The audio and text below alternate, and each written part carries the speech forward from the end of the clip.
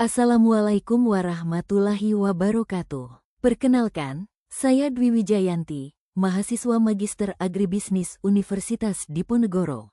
Pada video ini, saya akan menjelaskan mengenai kebijakan tarif dan subsidi pertanian serta perannya dalam mendukung ketahanan pangan dan daya saing agroindustri di Indonesia. Dalam era globalisasi, sektor pertanian dihadapkan pada persaingan yang semakin ketat akibat perdagangan bebas. Indonesia masih bergantung pada impor beberapa komoditas strategis, sehingga diperlukan peran pemerintah untuk melindungi petani dan agroindustri domestik. Salah satu instrumen yang digunakan adalah kebijakan tarif dan subsidi pertanian. Kebijakan tarif merupakan pungutan atau pajak yang dikenakan terhadap barang impor. Dalam sektor pertanian, tarif impor bertujuan untuk melindungi produk domestik dari tekanan harga produk impor serta meningkatkan daya saing petani dan pelaku agroindustri dalam negeri.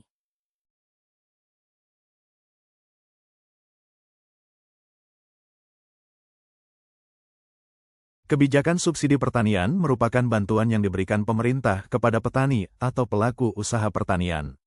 Subsidi dapat berupa subsidi input seperti pupuk dan benih, maupun subsidi pembiayaan. Tujuan utama subsidi adalah menurunkan biaya produksi dan meningkatkan kesejahteraan petani.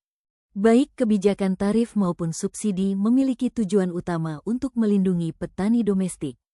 Selain itu, kebijakan ini juga bertujuan menjaga stabilitas harga, meningkatkan produksi nasional, serta mendukung ketahanan pangan nasional. Di Indonesia, kebijakan tarif diterapkan pada beberapa komoditas pertanian strategis, seperti beras, gula, dan produk hortikultura. Kebijakan ini bertujuan untuk melindungi petani lokal dari lonjakan impor dan menjaga keberlanjutan produksi dalam negeri.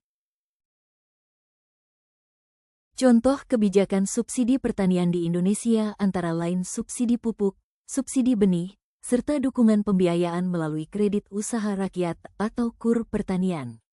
Program-program ini diharapkan mampu meningkatkan produktivitas dan pendapatan petani.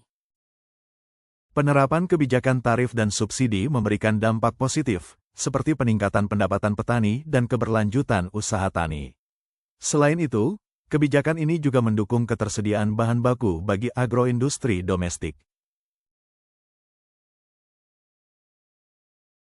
Namun demikian, kebijakan tarif dan subsidi juga memiliki tantangan. Subsidi memerlukan anggaran yang besar dan berpotensi menimbulkan ketergantungan, sedangkan tarif impor dapat menyebabkan distorsi pasar apabila tidak dikelola secara tepat.